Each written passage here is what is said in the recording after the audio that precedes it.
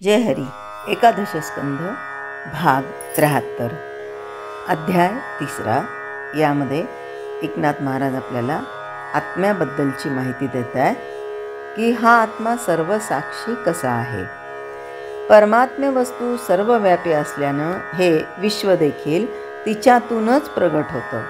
उत्तर ध्रुवाकडे कमालीची थंडी असते, त्यामुळे तिथे समुद्राचं थोडं पाणी गोठून त्याचे असे हिमपर्वत बनतात.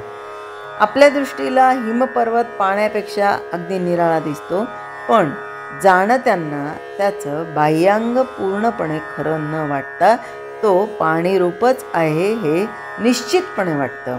त्याचप्रमाणे आपल्या दृष्टीला हे अफाट दृश्य विश्व निराळं दिसलं तरी ज्ञानी पुरुषांना ते ब्रह्मस्वरूपच दिसतं.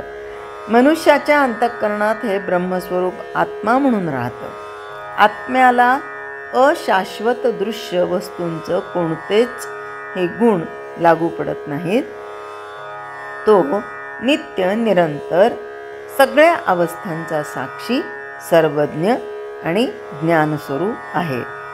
नाथ महाराज असंही म्हणतात की जीवाच्या गळ्याभोवती असणारा वासनेचा फास तुटला, त्याच्या अहंकाराची गाठ विरली आणि प्रारब्ध केवळ देहापुरतं शिल्लक उरलं म्हणजे त्याला संपूर्ण विश्व एकरूप दिसू लागतं.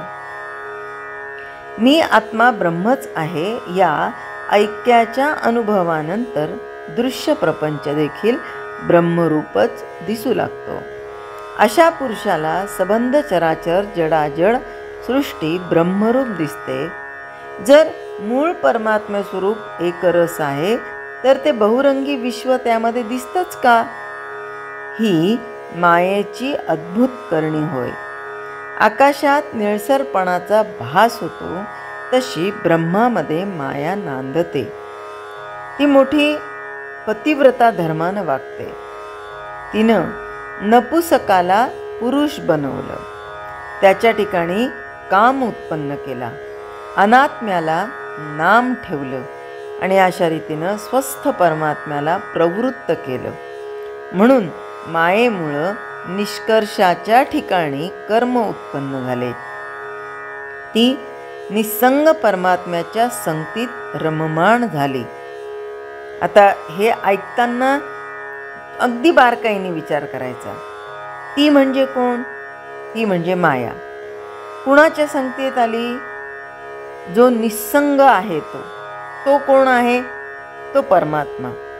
बरं, त्याच्या संगतीत येऊन कोण रममाण झाली? माया रममाण झाली.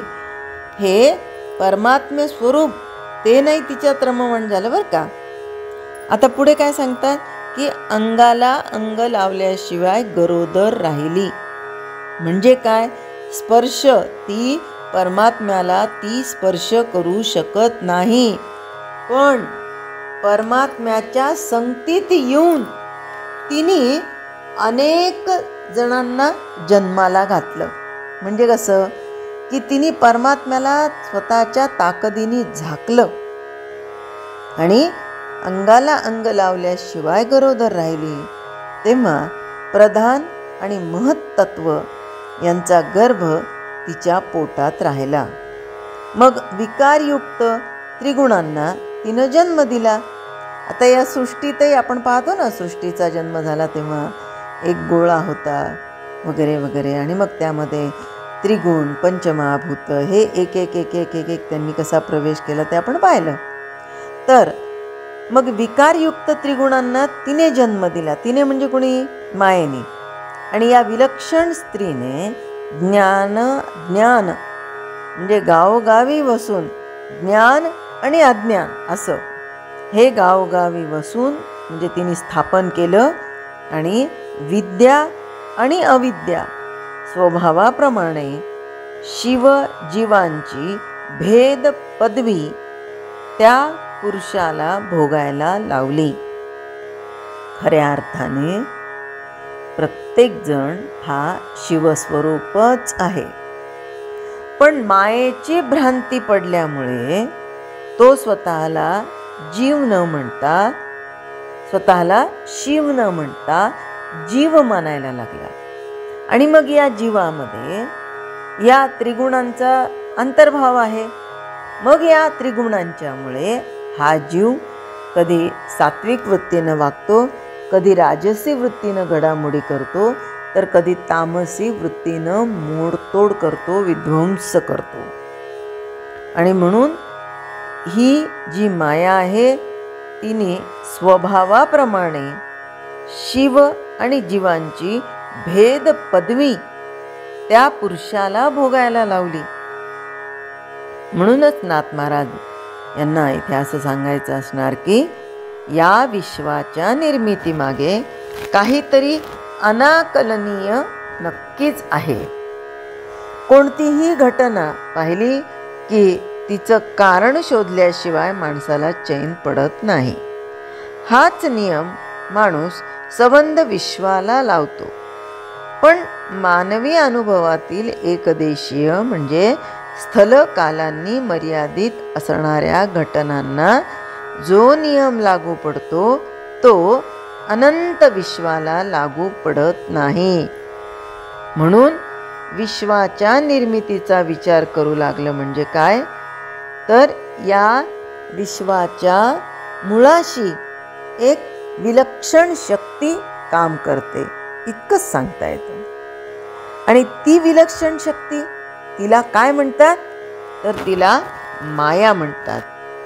तिने काय काय उद्योग केले. या मायेने नपुसकाला पुरुष बनवलं. या मायेने ते गरोदर राहण्याचंही शिकवलं. आणि हे सगळं जे वर्णन आहे ना, हे केवळ अलंकारिक आहे. आणि मानवी दृष्टीला आढळणाऱ्या भेदांचं वर्णन यामध्ये आपल्याला केलेलं दिसतं.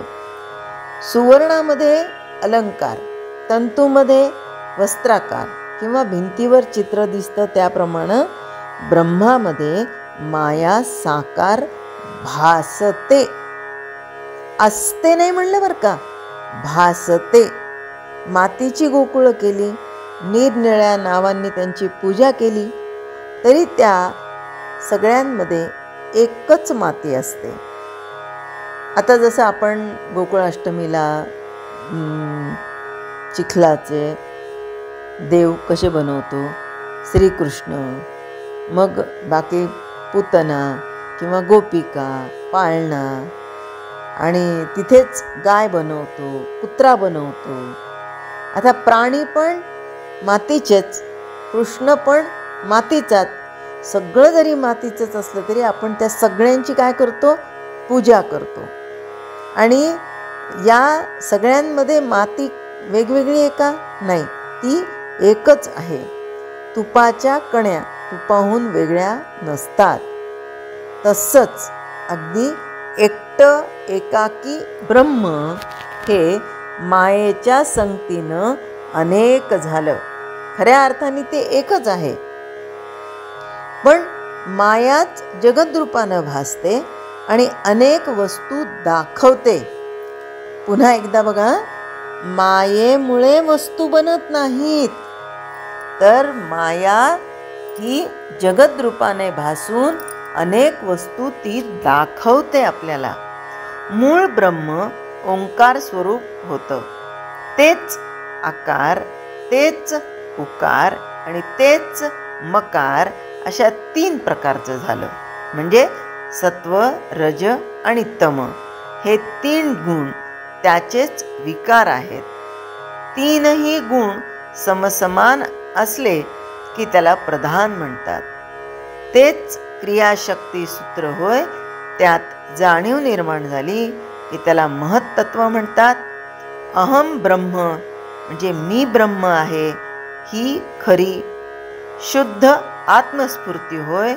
पण त्यातील अहम देहाकृतीत आलं म्हणजे देहापुरतं कोंडलं की देहाभिमान निर्माण होतो. मग परमात्म्य वस्तूला जीव म्हणतात. जय हरी. स्तोत्र मंत्र संपूर्ण भगवद्गीता, एकनाथी भागवत, भजन, भक्तिगीत, दोहाळे, पाळणे, उखाणे व महिलांसाठी खास किचन टिप्स हे सर्व पाहण्यासाठी माझ्या यूट्यूब चॅनलला एकदा नक्की सबस्क्राईब करा आणि हो, लाईक व शेअर करायला विसरू नका.